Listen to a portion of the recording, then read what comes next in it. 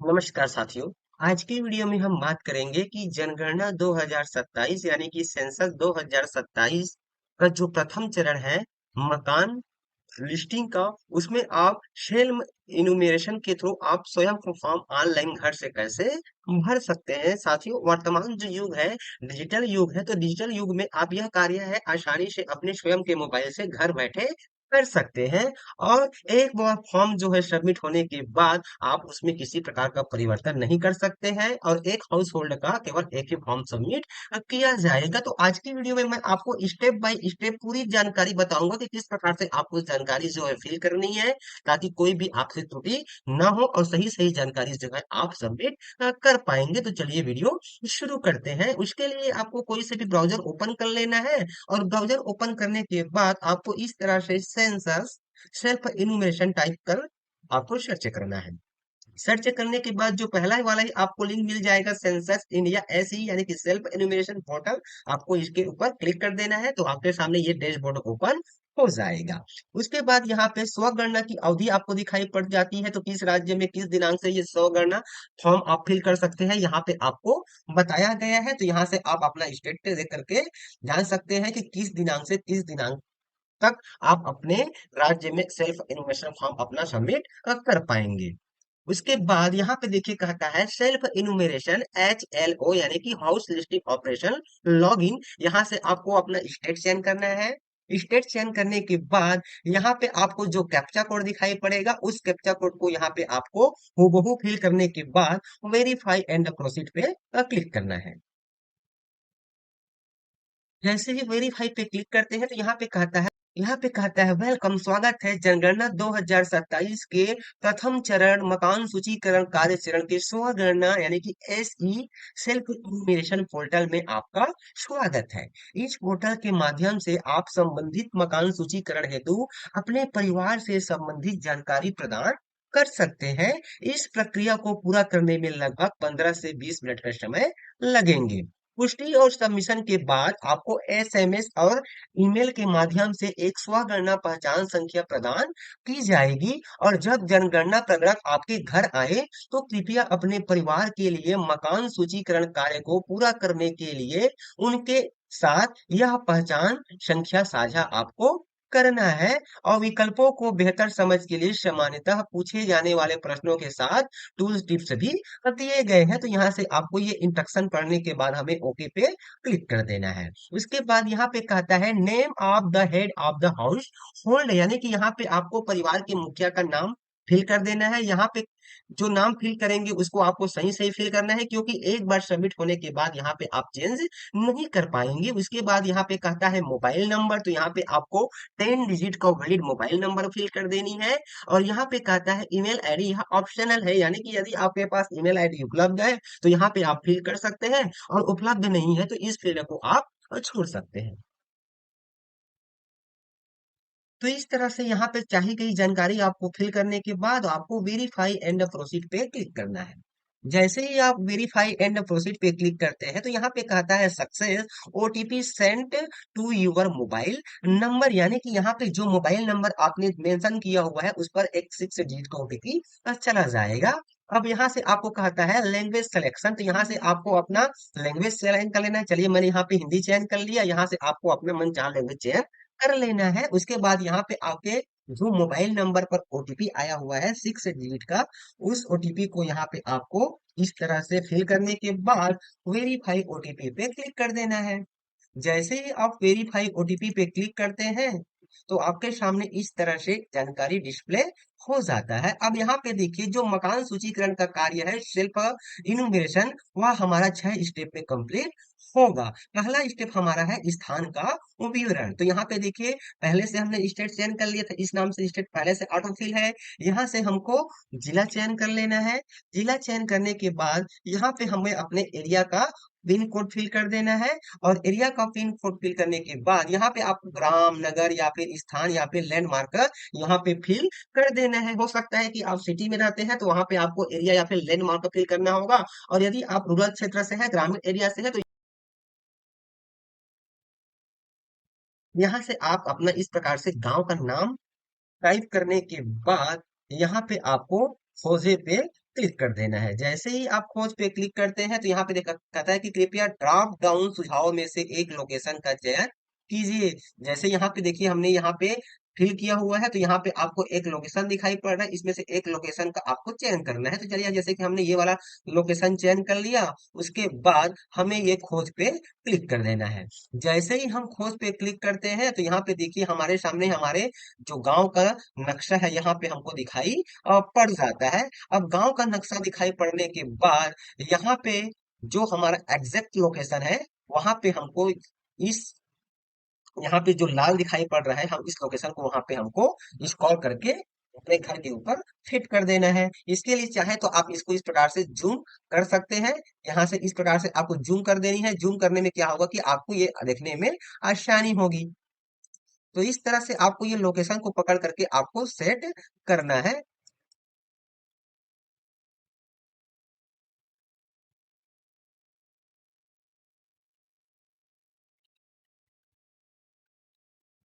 तो यहाँ पे देखिए हमने ये लोकेशन को हमारे घर पे पास ला करके ये हमने बिठा दिया है। उसके बाद नीचे हम जब आते हैं तो यहाँ पे कहता है स्थान की पुष्टि, तो हमको ये स्थान की पुष्टि पे क्लिक कर देना है। अब यहाँ पे देखिए ये रेडी हो चुका है। रेडी होने के बाद हमको ये सहेजे और आगे बढ़े पे क्लिक कर देना है। तो जैसे ही हम सहेजे और आगे बढ़े पे क्लिक करते हैं तो ये हमारे पूछता है कि स्थान की पुष्टि करें क्या आप चयनित लोकेशन के साथ जारी रखना चाहते हैं। यहाँ पे स्पष्ट किया गया है कि कृपया अपने घर की लोकेशन की पुष्टि करें। गलत लोकेशन होने की स्थिति में आपका जो स्वगणना डेटा है प्रगणक के पास नहीं आएगा। तो यहाँ पे हमको हाँ पे क्लिक कर देना है। फिर हमको ये हाँ पे क्लिक कर देना है। जैसे ही हाँ पे हम क्लिक करते हैं तो दूसरा स्टेप हमारा आ जाता है जनगणना मकान का विवरण।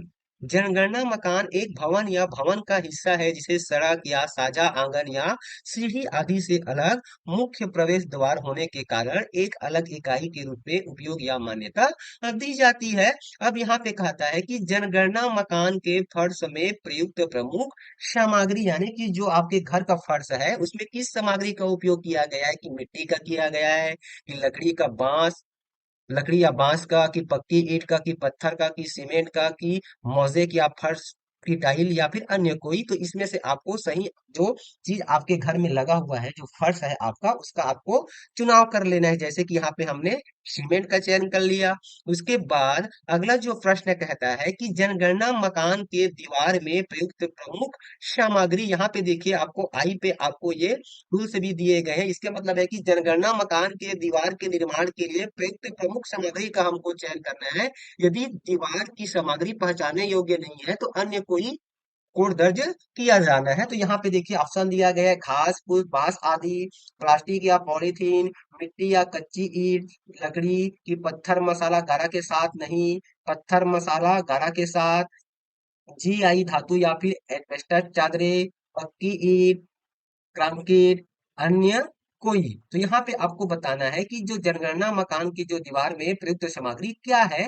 तो यहाँ पे देखिए यहाँ पे पक्की ईंट है तो हमने ये पक्की ईंट कर दिया।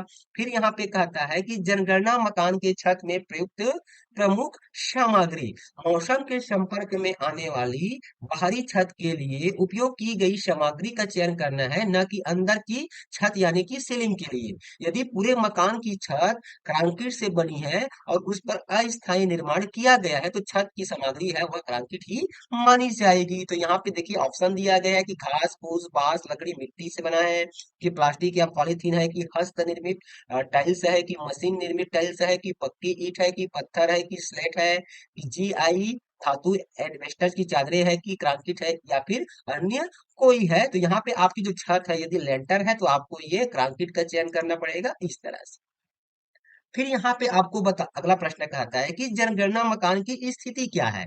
यहाँ पे देखिए स्पष्ट किया गया है कि ऐसे मकान जो जीर्णावस्था में है अथवा वे जो ढहने वाले हैं और जिसमें बड़ी मरम्मत की आवश्यकता है, अथवा वे मकान जो जीर्ण अथवा ढह चुके हैं और ऐसी स्थिति में नहीं है कि उन्हें ठीक या मरम्मत की जा सके, उन्हें जीर्ण शीर्ण माना जाएगा। तो यहाँ पे देखिए तीन ऑप्शन दिया गया है कि वो अच्छी है, कि रहने योग्य है, कि जीर्ण।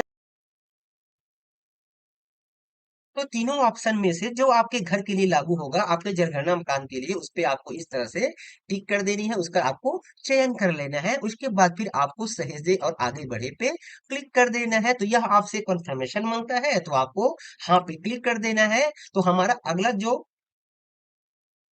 अगला स्टेप आ जाता है सामान्य जानकारी का। यहाँ पे कहता है परिवार से संबंधित जानकारी। तो यहाँ पे कहता है कि इस परिवार में सामान्यतः रहने वाले व्यक्तियों की कुल संख्या, यहाँ पे आपको कुल संख्या बता देनी है कि आपके परिवार में कितने लोग रहते हैं। गणना करते समय सभी सामान्य निवासियों, जिसमें शिशुओं और बुजुर्गों सहित सभी उम्र के व्यक्ति शामिल होंगे। यानी कि यदि आपके यहाँ कोई मेहमान आए हैं, उसको इसमें शामिल नहीं किया जाना है। तो यहाँ पे देखिए हमारे मामले में 5 है, तो हमने यहाँ पे 5 फिल कर दिया। इसके बाद यहाँ पे परिवार के मुखिया का नाम पहले से ही आपको भरा भराया मिल जाएगा। फिर यहाँ पे कहता है कि परिवार की मुखिया का भाषा, चुनी हुई भाषा, यानी कि पूर्व में दिए गए नाम को केवल चयनित भाषा में आपको लिखना है। तो चलिए हम यहाँ पे भाषा फिल कर देते हैं इस तरह से।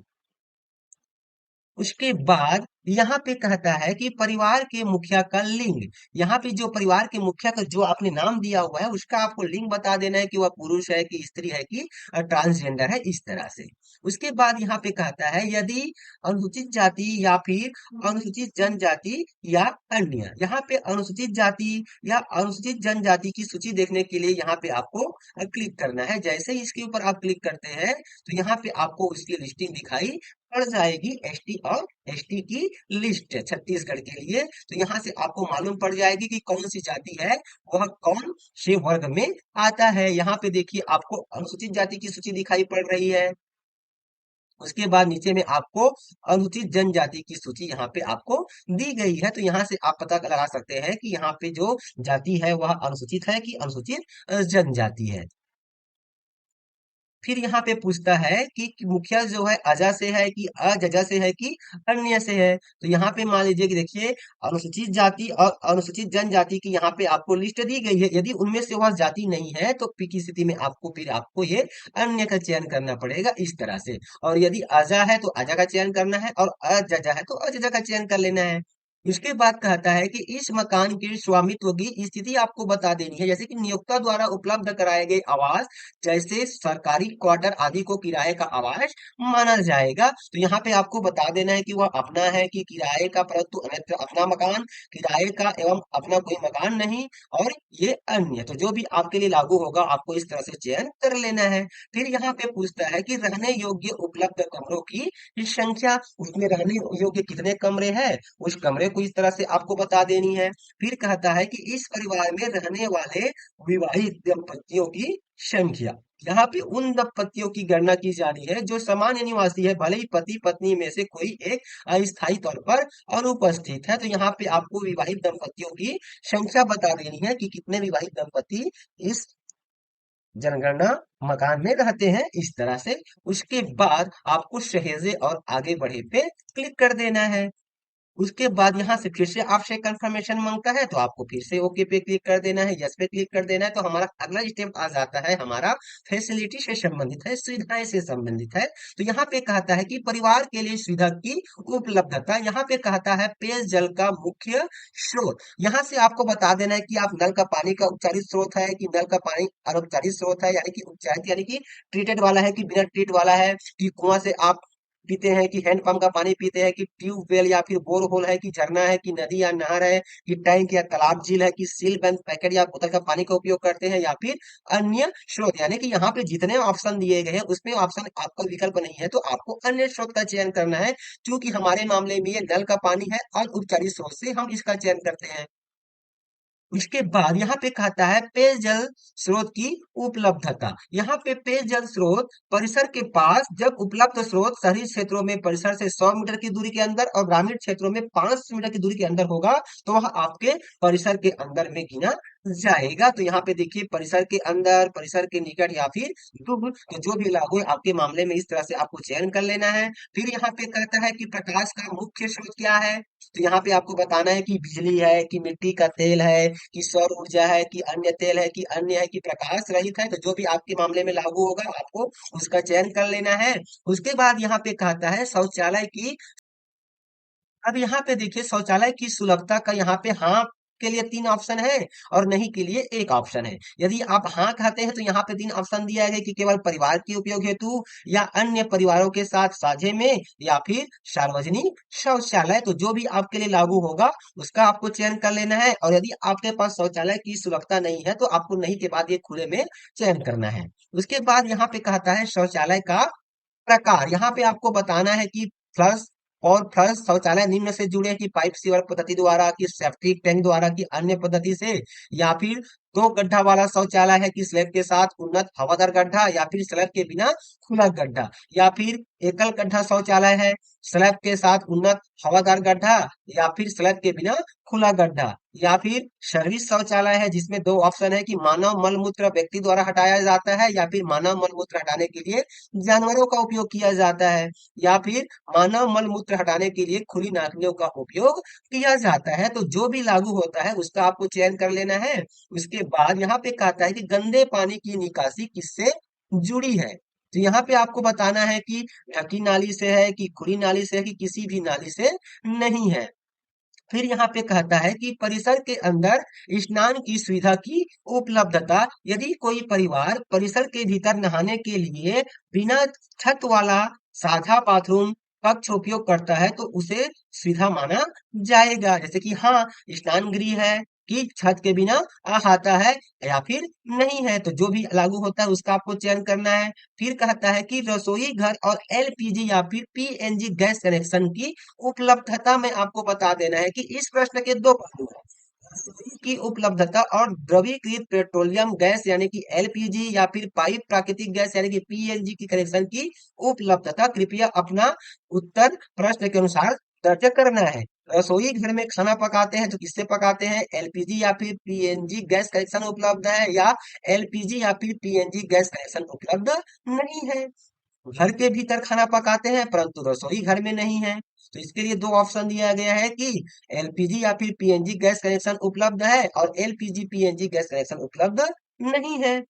खुले में या घर के बाहर खाना पकाते हैं तो आपको बताना है, दो ऑप्शन में से एक का चयन करना है। खाना नहीं पकाते हैं तो इसका चयन करना है। उसके बाद खाना पकाने के लिए प्रयुक्त मुख्य ईंधन क्या है, इसको आपको बताना है। जलाऊ लकड़ी है, कि फसल का अवशेष है, कि उपला है, कि पक्का कोयला लिग्नाइट या फिर कच्चा कोयला है, कि मिट्टी का तेल है, कि एलपीजी या फिर पीएनजी का उपयोग करते हैं, कि बिजली का उपयोग करते हैं, कि गोबर या बायोगैस का उपयोग करते हैं, कि सौर ऊर्जा का उपयोग करते हैं, या फिर अन्य कोई नहीं है। तो जो भी लागू होता है उसका आपको चयन करने के बाद फिर से आपको सहेजे और आगे बढ़े पे क्लिक करना है। तो जैसे ही हम सहेजे और आगे बढ़े पे क्लिक करते हैं तो फिर से हमसे कंफर्मेशन मांगता है, तो हमको हाँ पे क्लिक कर देना है। उसके बाद हमारा अगला स्टेप आ जाता है परिसंपत्तियां का। परिवार द्वारा धारित परिसंपत्तियां परिवार के स्वामित्व वाली तथा उसके पास उपलब्ध परिसंपत्तियों को उपलब्ध के रूप में माना जाएगा, भले ही इसका उपयोग मुख्य रूप से व्यावसायिक उद्देश्यों के लिए किया जाता हो। अब यहाँ पे पूछता है रेडियो या फिर ट्रांजिस्टर, वह प्राथमिक उपकरण जिस पर अधिकांश सदस्य रेडियो चैनल को सुनते हैं। यहाँ पे आपको बताना है कि यदि हाँ है तो यहाँ पे तीन ऑप्शन दिया गया है कि परंपरागत रेडियो सेट, की मोबाइल या फिर स्मार्टफोन पर, या फिर अन्य किसी उपकरण पर। ये भी लागू नहीं होता तो आपको नहीं पे क्लिक करना है, क्योंकि हमारे मामले में ये है। उसके बाद कहता है कि टेलीविजन, यहाँ पे आपको बताना है कि दूरदर्शन, मुफ्त डिश, अन्य, डीटीएच डिश, केबल कनेक्शन, अन्य कोई, या फिर टेलीविजन नहीं है तो आपको नहीं का चयन करना है। यदि हाँ है तो यहाँ पे आपको चारों में से एक ऑप्शन का चयन करना होगा। उसी प्रकार से रेडियो या ट्रांजिस्टर हाँ है तो तीनों में से एक का चयन करना है, और नहीं है तो आपको नहीं का उपयोग करना है। उसी प्रकार से इंटरनेट फैसिलिटी यहाँ पे कहता है कि यदि परिवार एक से अधिक उपकरणों पर इंटरनेट का उपयोग कर रहा है, या अलग अलग सदस्य इंटरनेट के लिए अलग अलग उपकरणों का उपयोग कर रहे हैं, तो उस उपकरण का विवरण दे जो अधिकांश परिवार उपयोग किया जाता है। यदि हाँ है तो आपको ये तीनों में से एक पे चयन करना है कि आप लैपटॉप या कंप्यूटर में इंटरनेट सुविधा उपलब्ध है, कि मोबाइल या फिर स्मार्टफोन में, या फिर किसी अन्य उपकरण या फिर डिवाइस में। और यदि नहीं है तो आपको नहीं का चयन करना है। अधिकांश घरों में मोबाइल या फिर स्मार्टफोन में इंटरनेट की सुविधा उपलब्ध होती है इस प्रकार से। फिर पूछता है कि लैपटॉप या फिर कंप्यूटर, यदि है तो हाँ पे क्लिक करना है, और नहीं है तो आपको नहीं पे क्लिक करना है। उसके बाद फिर कहता है टेलीफोन और मोबाइल फोन या फिर स्मार्टफोन। यहाँ पे कहता है यदि परिवार के पास लैंडलाइन टेलीफोन के यहाँ पे कहता है यदि आपके पास लैंडलाइन टेलीफोन के साथ साथ मोबाइल फोन और या स्मार्टफोन दोनों है। यदि हाँ है तो वहां पे हाँ पे क्लिक करना है, केवल लैंडलाइन है तो इस पे क्लिक करना है, और केवल मोबाइल है तो यहाँ पे आपको बताना है कि स्मार्टफोन है कि अन्य साधारण फोन है, या फिर दोनों है कि लैंडलाइन भी है और स्मार्टफोन है, तो आपको ये दोनों का चयन करना है। अब मान लीजिए ये चीजें ही नहीं है आपके पास, तो यहाँ पे आपको नहीं का चयन करना है। फिर पूछता है साइकिल और स्कूटर या मोटरसाइकिल या फिर मोपेड। यहाँ पे आपको बताना है कि साइकिल है तो साइकिल पे का चयन करना है, स्कूटर मोटरसाइकिल या फिर मोपेड है तो आपको इसका चयन करना है, और यदि आपके पास दोनों उपलब्ध है तो आपको दोनों का चयन करना है, और दोनों उपलब्ध नहीं है तो आपको नहीं का चयन करना है। फिर कार जीप और वैन की उपलब्धता यदि है तो हाँ का चयन करना है, और नहीं है तो नहीं का चयन करना है।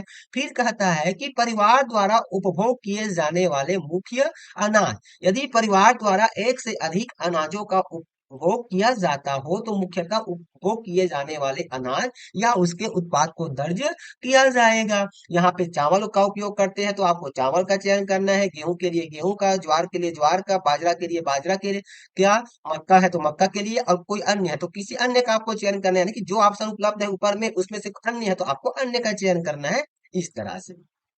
उसके बाद यहाँ पे मोबाइल नंबर यह केवल जनगणना प्रयोजन के लिए है, जो आपने पहले ही फिल किया हुआ यहाँ पे ऑटो फिल आ जाएगा।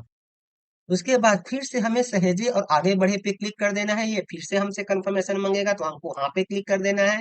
उसके बाद यहाँ पे हमारा अंतिम स्टेप जो है हमारा पूर्वावलोकन का है। यहाँ पे पूर्वावलोकन में यहाँ पे आपको जानकारी दिखाई पड़ेगी, यदि कुछ त्रुटि है तो यहाँ से आप एडिट करके उसको करेक्ट कर पाएंगे। एक बार फाइनल सबमिट करने के बाद उसमें आप चेंजेस नहीं कर पाएंगे। तो यहाँ पे देखिए हमको पूर्वावलोकन दिखाई पड़ेगा, परिवार पंजीकरण विवरण, यहाँ पे स्थान का विवरण हमको दिखाई पड़ जाता है, यहाँ पे जनगणना घर का विवरण हमको दिखाई पड़ जाता है।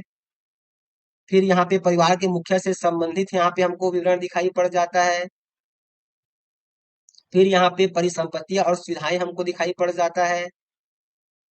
उसके बाद यहाँ पे परिवार द्वारा धारित परिसंपत्तियां यहाँ पे हमको दिखाई पड़ जाता है। उसके बाद यहाँ पे देखिए नीचे में हमको तीन ऑप्शन दिखाई पड़ता है, संशोधन के लिए वापस जाए यदि, यानी कि कुछ करेक्शन करना चाहते हैं, कुछ बदलाव करना चाहते हैं तो इस पे क्लिक करके आप फिर से वापस जा करके जिस फील्ड में आप चेंज करना चाहते हैं वहां से आप चेंज कर सकते हैं। और यदि आप ड्राफ्ट के रूप में सेव करना चाहते हैं, यानी कि यहाँ पे आप सेव कर, यदि आप ड्राफ्ट के रूप में सेव करना चाहते हैं तो आपको ये वाला ऑप्शन चयन करना पड़ेगा कि यदि आपको लगता है कि यहाँ पे जो जानकारी मेरे द्वारा प्रोवाइड कराई गई है इसमें कुछ चेंज बदलाव करना है तो यहाँ पे आप ड्राफ्ट के रूप में सेव कर सकते हैं, और बाद में जब फिर से लॉगिन करेंगे तो वहीं पे आपको जानकारी भरी भुराई मिल जाएगी, फिर वहां से आप चेंज कर पाएंगे। और यदि आपको लगता है कि यहाँ पे जितनी भी डिटेल आपके द्वारा प्रोवाइड कराई गई है वह पूरी तरह से सही है तो फिर आपको ये पुष्टि करे और सबमिट करे पे क्लिक कर देना है। जैसे ही आप पुष्टि करें और सबमिट करे पे क्लिक करते हैं तो यहाँ पे कहता है अंतिम रूप से सबमिट करें। अंतिम रूप से सबमिट करने के बाद सबमिट किए गए डेटा में कोई बदलाव संभव नहीं होगा। क्या आप आगे बढ़ना चाहते हैं तो आपको हाँ पे क्लिक कर देना है। जैसे ही आप हाँ पे क्लिक करते हैं तो यहाँ पे आपको यहाँ पे कहता है कि सफलतापूर्वक सबमिट किया गया, आपका स्वगणना फॉर्म सफलतापूर्वक सबमिट हो गया है, और आपको एक आपकी स्वगणना पहचान संख्या SE यानी कि सेल्फ इनुमरेशन आईडी आपको प्राप्त हो जाएगा। इस आईडी को आपके यहाँ जब प्रगणक आएंगे तो इसको आपको उसके साथ शेयर करना है। यहाँ पे स्पष्ट किया गया है कि आपसे अनुरोध है कि अपना मकान सूचीकरण पूरा करने के लिए इस स्वगणना आईडी को प्रगणक के साथ साझा करना है। यदि नहीं तो प्रगणक द्वारा एक नई गणना की आवश्यकता हो सकती है। यह जो स्वगणना पहचान संख्या है आपके मोबाइल और ईमेल पर भेज दी गई है। तो इस तरह से साथियों वीडियो में बताए गए प्रोसेस के अनुसार से आप आसानी से घर बैठे जनगणना 2027 मकान सूचीकरण में स्वगणना के थ्रू आप अपनी जानकारी आसानी से सबमिट कर पाएंगे। इससे रिलेटेड यदि किसी प्रकार का सवाल आपके मन पे है तो हमें कमेंट बॉक्स पे जरूर बताएं, और आज का वीडियो आपके लिए कितना लाभप्रद रहा हमें कमेंट कर जरूर बताएं, क्योंकि आपका एक कमेंट से ही हमको मोटिवेट मिलता है। तो फिर मिलते हैं साथियों एक नई जानकारी एक नए वीडियो के साथ, तब तक के लिए साथियों नमस्कार, जय जवान।